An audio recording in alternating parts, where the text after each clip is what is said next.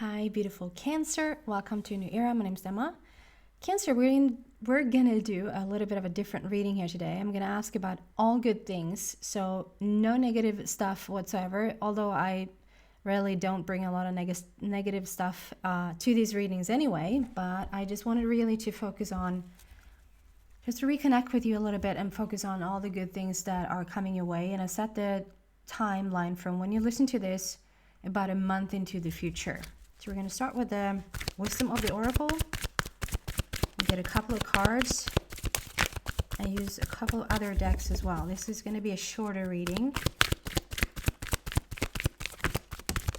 Cancer, the fates, and it keeps intertwined with the other signs, the fates. This is when something is about to align for you, something that was always supposed to happen, something that you sort of from a human perspective doesn't really have control over, but from the non-physical perspective have every control over. So this is something that you wanted. What else here for Cancer, please? All good things. All good things. Yin. We need a little bit more booze in your life. Yin, which is the feminine energy, which is the allowing of things to fall into place. The fates is very much allowing it as well. Like I said, you don't have too much human power over it. Like it's supposed to happen. It's destined. It's fated. It's like it will happen anyway. If you let go of control, if you let go of the masculine to try to control it and sort of organize it, if you will, it will fall into place naturally. Okay, so let's add some other cards to this. All good things for Cancer, please. All good things.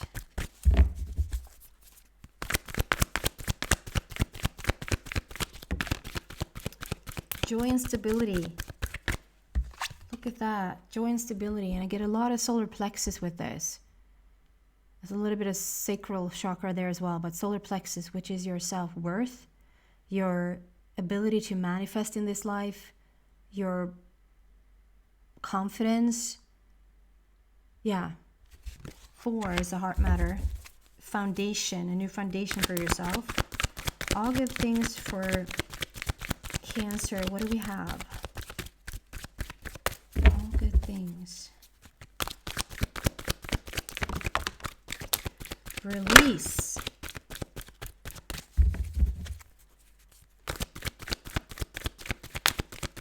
I feel like there's one more. Yes. Actually, it was 2.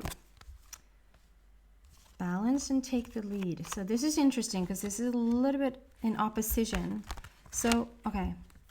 It's like we have a little journey here. So I just want to show you. Release. Shedding your skin, transforming. 13 is the divine feminine there again. So it's the second time we have like this surrender feeling to the feminine. Let the feminine just flow. Go with the flow. Don't try to steer. Don't try to control or organize or categorize or structure anything. It's just going with the nature of things. It's like you've done what you're supposed to do. Just release it from here on out and just sort of just follow the stream, if that makes sense. You're headed towards joy and stability. So letting go and sort of sitting back and enjoying the ride a little bit is not going to put you in any danger, that's not a careless way of living. It's not then all things will fall apart. It will actually create more stability when you learn to just surrender yourself and allow. This card is also like, can sometimes be about like, what do you need to release more than yourself, like transforming yourself and going with the flow. It can be like, do you need to release a job to put yourself more in the flow? Do you need to release maybe a relationship that has run its course, a friendship that has run its course? Like, look at your life right now. This is all good things. So Spirit wants to guide you towards what is all good for you.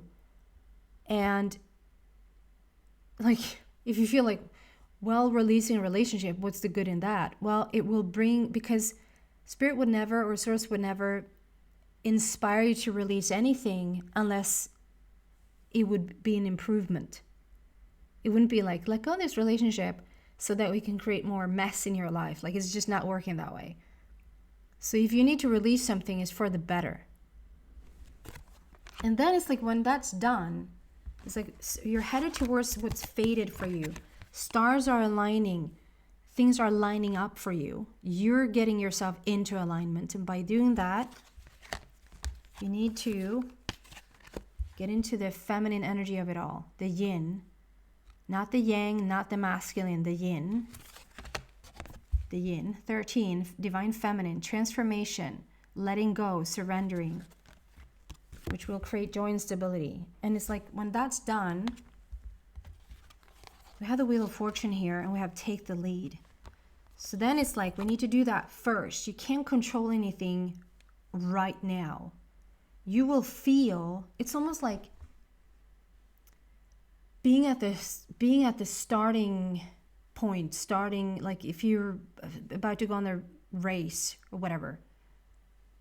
And it's like, you are prepared, you have the right clothes, you have the right condition for the situation, you are fit for the occasion. And you're just waiting for that, like that gun to go off, or that starting sound to go off, or that signal, or that nudge, or that sometimes just a whisper. There's a voice, there's something that's gonna like give a green light that is like, okay, it's time to go. But before that, don't go.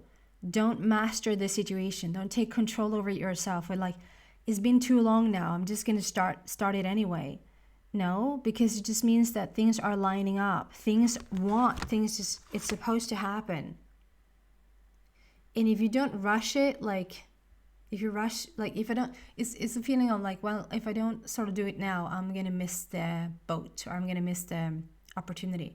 It's the other way around. If you try to force something, you don't, if you're in the race and everyone's waiting for the signal and you start to run before everyone else, you're disqualified.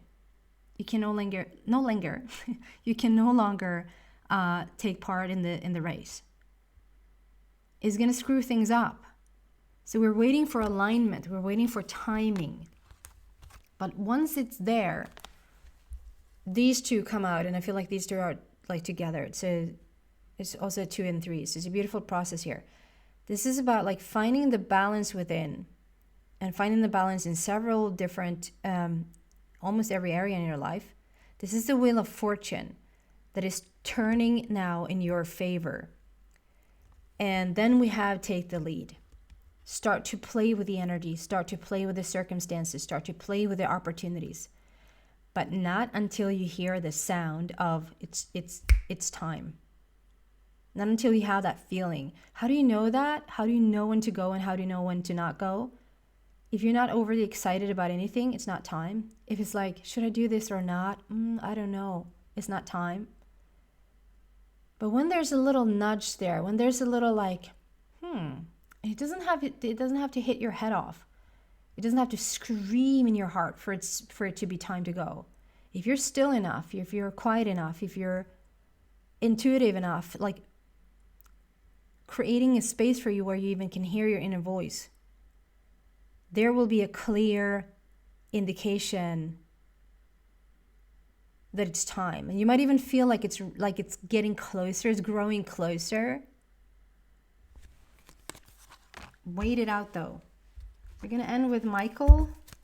See if Michael have anything extra here. Archangel Michael for Cancer. If you have anything extra for Cancer, all good things.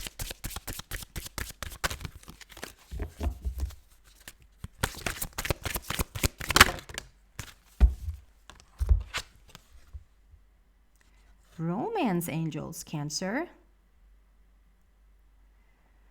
So just have to say, so for some of you guys, this is obviously, it's a general read. This is obviously not going to apply for all. But for some of you, there's actually another person waiting to come in. But until you release the situation that you're in for yourself, if this is certain things that you need to shed for yourself, or this is actually leaving a relationship that you know is not good for you. It has run its course. It might even be a little toxic, or there's just no energy in it left. It's done. It's the same feeling of, how do you know when it's time? You also know when it's time to leave something. The rest is just a dragged out fear. Or a more fun way of saying it, the rest is just a build up courage, right? This is all good things. So we need to move away what's in the way of you actually meeting someone new. So there's a prayer here. Romance angels are helping you, and there's a prayer to this card that says, Dear guardian angels of my soulmate, thank you for preparing my soulmate and, Dear guardian angels of my soulmate, thank you for preparing my soulmate and me for love, for giving us the motivation to make healthful life changes. Hear that? And for arranging for us to meet. Thank you for helping us to recognize each other and have the courage to say hello, so that we can eventually delve into a truly intimate relationship. I love that for you, Cancer. So for some of you, what's fated is actually a romantic partnership that's on its way in, but you need to make some adjustments for all things to come to you, okay? And before I go, I just want to take a moment and ask for your help. I'm a little bit sort of at a crossroads here with this channel, and I just want to make sure it makes a difference what I'm doing here. I'm asking like from a really honest place. Like, the subscribers has really sort of stagnated a little bit, and it's not too many thumbs up on these videos. So I actually don't know is what I'm doing is making a difference. And if it doesn't, like, I know I'm going to be fine. I'm going to steer things in another direction. If you like the videos that you watch, please give it a thumbs up. It helps me a lot to know that what I'm posting, now the light came on, that what I'm posting is helpful. And if you keep coming back here and watch these videos, please subscribe to the channel. It's like I can't talk. Because it helps me. I can't not even begin to tell you how much that helps me to continue to do these videos. If you don't, then obviously that's going to be like okay, so it's not making all that difference that I hoped it would. So yeah, I just want to say that. And thank you so much for watching. Take care, guys. Bye.